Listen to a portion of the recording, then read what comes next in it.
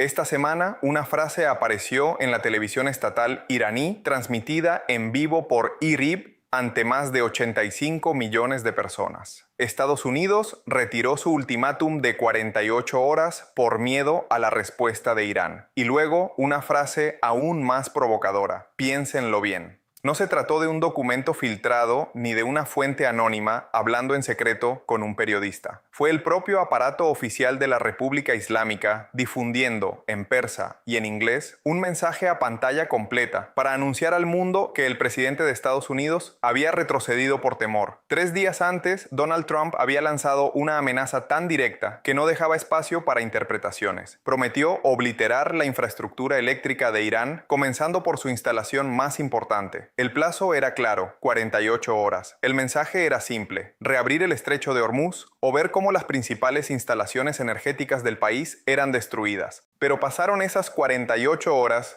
el estrecho siguió bajo control iraní y las plantas eléctricas permanecieron intactas. Entonces, Teherán tomó el silencio de Washington y lo convirtió en una declaración que resonó en todo el planeta. La pregunta es inevitable: ¿qué ocurrió realmente durante esas 48 horas? ¿Por qué la fuerza militar más poderosa del mundo lanzó un ultimátum que no pudo cumplir? Y sobre todo, ¿por qué ese episodio resulta menos importante que lo que China hizo mientras la atención internacional estaba concentrada exclusivamente en Irán? Para comprender lo que estaba en juego, hay que mirar el mapa. En la salida del Golfo Pérsico existe un corredor marítimo angosto situado entre Irán al norte y Omán al sur. Ese corredor es el estrecho de Hormuz. En su punto más estrecho, mide apenas 33 kilómetros, y las rutas por las que deben pasar los superpetroleros tienen solo unos 3 kilómetros de ancho cada una para entrar, otra para salir, separadas por una franja de seguridad de 2 kilómetros. Por ese paso circulan cada día cerca de 21 millones de barriles de petróleo, aproximadamente una quinta parte del suministro mundial. En otras palabras, una porción crítica de la energía del planeta atraviesa un canal más angosto que Manhattan. Si el estrecho de Hormuz se cerrara de verdad, el precio del petróleo no subiría gradualmente, explotaría. Las economías dependientes de energía importada entrarían de inmediato en crisis. Las cadenas de suministro se fracturarían, los costos del transporte se dispararían y la inflación podría descontrolarse en cuestión de horas. El estrecho de Hormuz no es un simple punto geopolítico, es la vena yugular de la economía global. Y en abril de 2026, Irán colocó un cuchillo sobre esa vena. A comienzos de ese mes, Estados Unidos e Israel lanzaron ataques coordinados contra múltiples objetivos iraníes, incluyendo bases aéreas, depósitos de misiles y centros de mando. Según Washington, el objetivo era reducir la capacidad de Irán para amenazar la estabilidad regional. Teherán absorbió los golpes y, alrededor del día 23 del conflicto, respondió con una serie de misiles que alcanzaron territorio israelí. No fueron ataques simbólicos. Algunos proyectiles impactaron cerca del centro de investigación nuclear del Negev, en las proximidades de Dimona, una de las instalaciones más sensibles de Israel. Otros cayeron cerca de Arad. Más de 120 personas resultaron heridas. El conflicto dejó de ser un intercambio limitado y comenzó a adquirir implicaciones nucleares. El 18 de abril, Trump trazó una línea roja. Dio a Irán un ultimátum de 48 horas: reabrir completamente el estrecho de Hormuz o enfrentar la destrucción de su infraestructura energética, comenzando por la instalación más grande del país. Sin embargo, el 1 de mayo, durante un discurso ante legisladores, declaró que la guerra contra Irán había terminado. Sorprendentemente, describió la operación militar estadounidense como un simple love tap, un golpecito de amor. 13 días antes había amenazado con una devastación total. Ahora reducía toda la campaña a una acción limitada y casi simbólica. El 10 de mayo, la televisión estatal iraní emitió el gráfico que acusaba a Washington de haberse echado atrás por miedo. Y en algún momento, entre esas fechas, después de 45 días de silencio casi absoluto, Xi Jinping finalmente habló. Los medios internacionales se concentraron en los bombardeos, los misiles, el ultimátum y la aparente retirada estadounidense. Muy pocos prestaron atención a lo que estaba ocurriendo en Pekín durante ese mismo periodo. Pero ese es el verdadero centro de esta historia, porque mientras el mundo observaba a Irán y a Estados Unidos, Xi Jinping ejecutó una estrategia silenciosa, calculada y extraordinariamente precisa. Cuando la mayoría comenzó a notarlo, las reglas del conflicto ya habían cambiado. Veamos ahora el ultimátum, no como apareció en los titulares, sino tal como realmente funcionó. El 18 de abril de 2026, Trump dejó un mensaje sin ambigüedades. Irán tenía 48 horas para reabrir totalmente el estrecho de Hormuz. Si no lo hacía, Estados Unidos destruiría sus plantas eléctricas, comenzando por la más grande. No era una sugerencia ni una advertencia diplomática. Era una cuenta regresiva pública acompañada de una amenaza militar específica. Irán respondió en cuestión de horas. Declaró que el estrecho seguiría abierto, pero únicamente para embarcaciones no vinculadas con sus enemigos.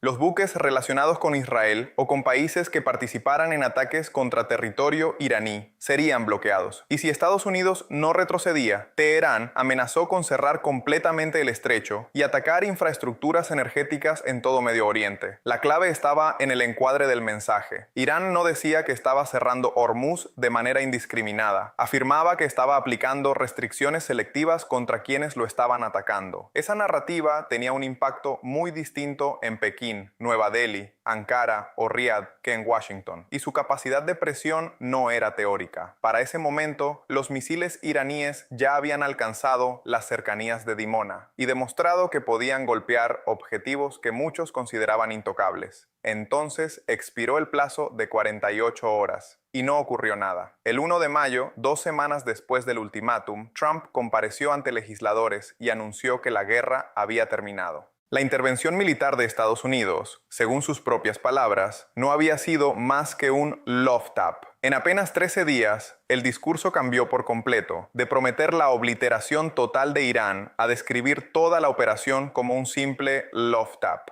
La televisión estatal iraní no necesitó analistas ni largas explicaciones. Esa misma semana emitió una imagen a pantalla completa con un mensaje contundente de solo 7 palabras. Trump retiró su ultimátum de 48 horas por miedo a la respuesta de Irán. 85 millones de iraníes lo vieron en directo, y gracias a las redes sociales, el resto del mundo también. Poco después comenzaron los contactos discretos. Washington envió a Teherán una propuesta de una sola página, un documento breve que ofrecía 30 días de negociaciones, sin condiciones previas anunciadas públicamente y sin ningún nuevo plazo amenazante. Irán estudió el texto y respondió con su propia hoja de ruta, un proceso gradual que debía abordar primero los conflictos regionales, Yemen, Siria y la arquitectura de seguridad de Medio Oriente, antes de entrar en el expediente nuclear. Teherán no estaba rechazando el diálogo, estaba dejando claro que las conversaciones se desarrollarían bajo sus términos, en su secuencia y a su propio ritmo. Detengámonos un momento, porque lo que acabamos de ver no fue una negociación convencional, fue una batalla por el relato, una competencia por definir cómo el mundo interpretaría los acontecimientos, y en esa primera ronda, Irán logró imponerse. La secuencia es reveladora. Estados Unidos lanzó un ultimátum acompañado de una amenaza militar específica. El plazo expiró, la amenaza no se ejecutó. El presidente estadounidense redefinió su propia ofensiva como un golpecito, y el país señalado transmitió ese retroceso ante el planeta como una muestra de temor. La conclusión estaba anticipada desde el principio. Washington podía tener superioridad tecnológica y militar, pero eso no garantizaba la victoria estratégica. La verdadera lucha consistía en controlar la narrativa y posicionarse a largo plazo. Ahora existía evidencia clara de ello. La razón es estructural. Podríamos llamarlo el problema de la fortaleza montañosa. La infraestructura militar iraní no está concentrada en un solo lugar. Está dispersa en algunas de las regiones montañosas más difíciles del planeta. Muchas instalaciones se encuentran enterradas bajo cientos de metros de roca. Los lanzadores de misiles son móviles y cambian de ubicación constantemente. Las redes de mando y control están duplicadas y diseñadas para sobrevivir incluso a ataques destinados a decapitar la cadena de mando. En esas condiciones, no existe un objetivo único cuya destrucción ponga fin a la guerra de un solo golpe. No hay una planta eléctrica, una base aérea o un centro de comando cuya eliminación garantice la rendición iraní. Trump lo sabía. sabía. El Pentágono lo sabía. La comunidad de inteligencia también. La palabra obliteración nunca fue una opción militar realista. Era más bien una postura de negociación disfrazada de amenaza. Y cuando Irán no mostró señales de ceder, esa postura se derrumbó. Estados Unidos ganó el ataque aéreo. Irán ganó la historia. Y esas no son victorias equivalentes. Los bombardeos terminan. Las historias permanecen. Las historias cruzan fronteras, moldean alianzas, atraen apoyos y alteran percepciones durante años. Pero mientras Washington y Teherán intercambiaban ultimátums, difundían mensajes y enviaban propuestas diplomáticas, una tercera potencia actuaba en absoluto silencio, sin conferencias de prensa, sin amenazas públicas, sin gestos dramáticos. Y esa potencia consiguió ventajas decisivas sin disparar un solo tiro.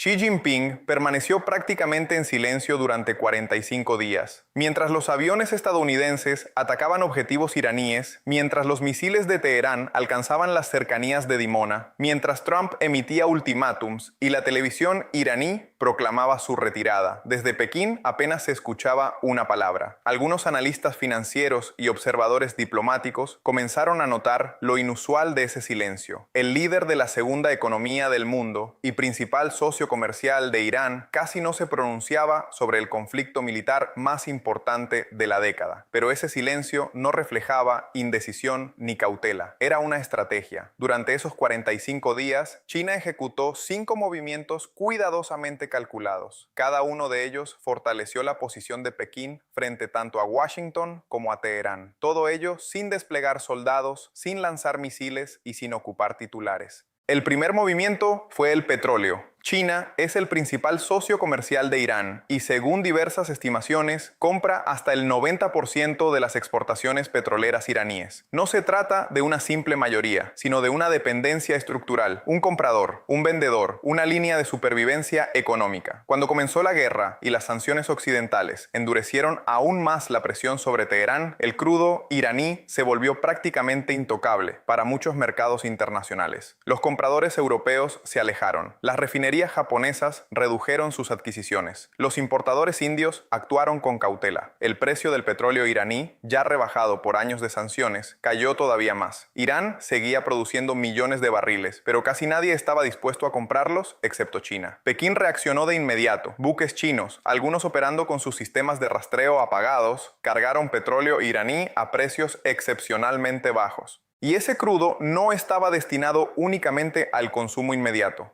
Gran parte fue almacenada en la Reserva Estratégica de Petróleo de China, una red de cavernas subterráneas y enormes depósitos construidos precisamente para momentos de crisis global. Cada barril adquirido con descuento durante la guerra es un barril que China no tendrá que comprar más adelante a precios internacionales mucho más altos. Cada cargamento descargado en puertos como Zhoushan o Qingdao representó un depósito en una cuenta estratégica que genera dividendos en forma de influencia geopolítica. Mientras Estados Unidos bombardeaba a Irán, China compraba petróleo barato y fortalecía su seguridad energética. Y casi nadie en los grandes medios prestó atención. El segundo movimiento fue aún más significativo. Los días 3 y 4 de mayo de 2026, Pekín dio un paso sin precedentes en la historia de las relaciones económicas entre China y Estados Unidos. El gobierno chino emitió una orden formal instruyendo a 5 grandes refinerías a ignorar las sanciones estadounidenses contra las compras de petróleo iraní.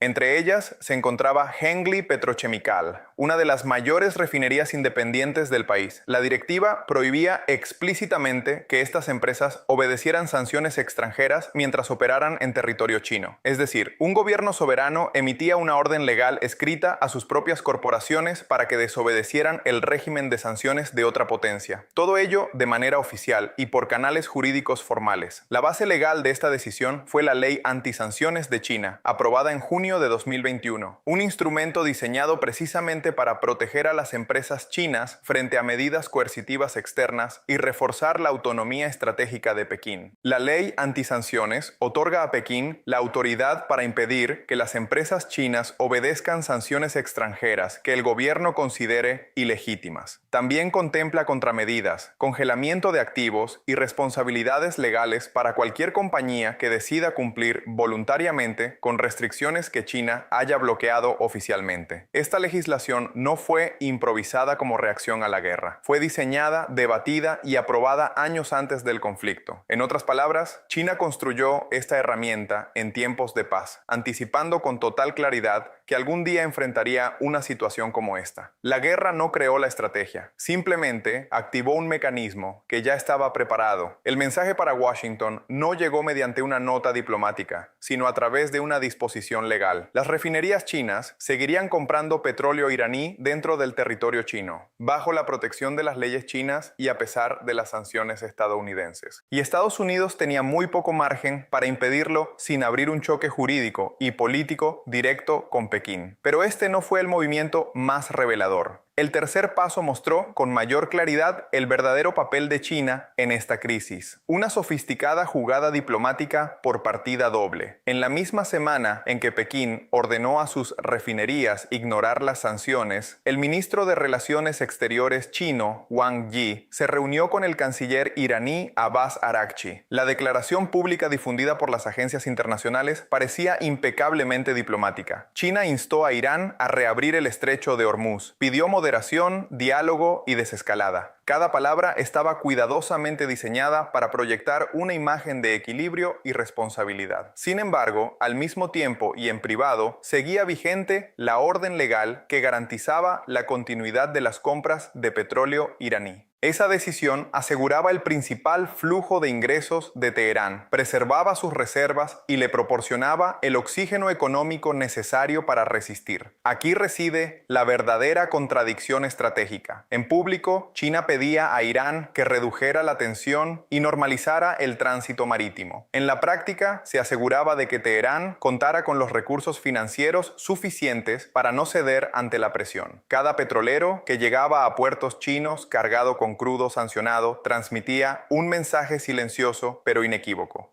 Pueden resistir, nosotros seguiremos comprando. Eso no era neutralidad, no era mediación desinteresada, era una demostración magistral de influencia aplicada simultáneamente desde ambos lados de la mesa. China obtenía reconocimiento internacional por promover la paz, mientras consolidaba su poder al sostener económicamente a la parte bajo presión. Luego apareció la señal que alteró por completo el cálculo estratégico. El cuarto movimiento fue la cuestión de la defensa aérea. A comienzos de mayo surgieron informes basados en filtraciones diplomáticas y de inteligencia que sugerían la posibilidad de que China estuviera considerando enviar sistemas de defensa aérea a Irán. Los detalles eran imprecisos, no se identificaban modelos concretos, no existían fechas confirmadas y tanto Teherán como Pekín negaron las versiones. Pero lo verdaderamente importante no era si esos envíos se concretarían. Lo decisivo era la incertidumbre. Estados Unidos reaccionó como si la amenaza fuera real. El Departamento del Tesoro sancionó a 10 entidades, incluidas empresas chinas, por sus vínculos con los programas iraníes de misiles y drones. Trump advirtió públicamente a China que cualquier apoyo militar a Irán tendría consecuencias graves.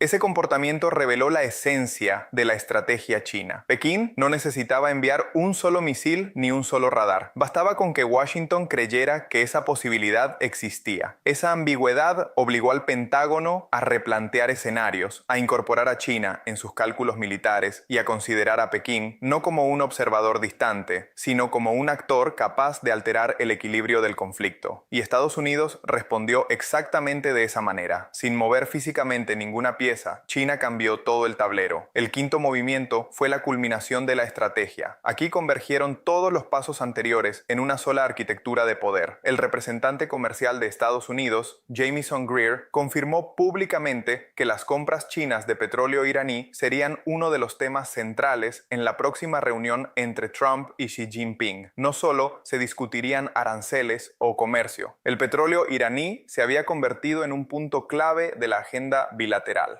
Eso significaba algo mucho más profundo. La guerra entre Washington y Teherán había sido absorbida dentro de la negociación entre Washington y Pekín. El conflicto en Medio Oriente dejaba de ser un enfrentamiento exclusivamente regional para transformarse en una variable dentro de la relación estratégica entre las dos mayores potencias del mundo. Ese era el verdadero resultado de 45 días de silencio. Y la forma en que China manejó la situación fue extraordinariamente calculada. Por un lado, lado, bancos chinos recibieron instrucciones internas para suspender nuevos préstamos a las refinerías sancionadas. Esa medida generaba una señal visible que Washington podía presentar como un éxito diplomático. Pero, al mismo tiempo, la orden legal que obligaba a esas refinerías a continuar comprando petróleo iraní seguía intacta, plenamente vigente y jurídicamente vinculante. La estructura era elegantemente pragmática. Trump obtenía una concesión que podía mostrar ante la prensa. Xi mantenía intacta la arquitectura real del comercio energético. Irán seguía recibiendo ingresos, China continuaba acumulando petróleo barato, y el estrecho de Hormuz permanecía como una fuente de presión estratégica. A cambio de esa apariencia de cooperación, Pekín ganaba influencia en cuestiones mucho más amplias: aranceles, restricciones comerciales y acceso tecnológico. Trump conseguía un titular,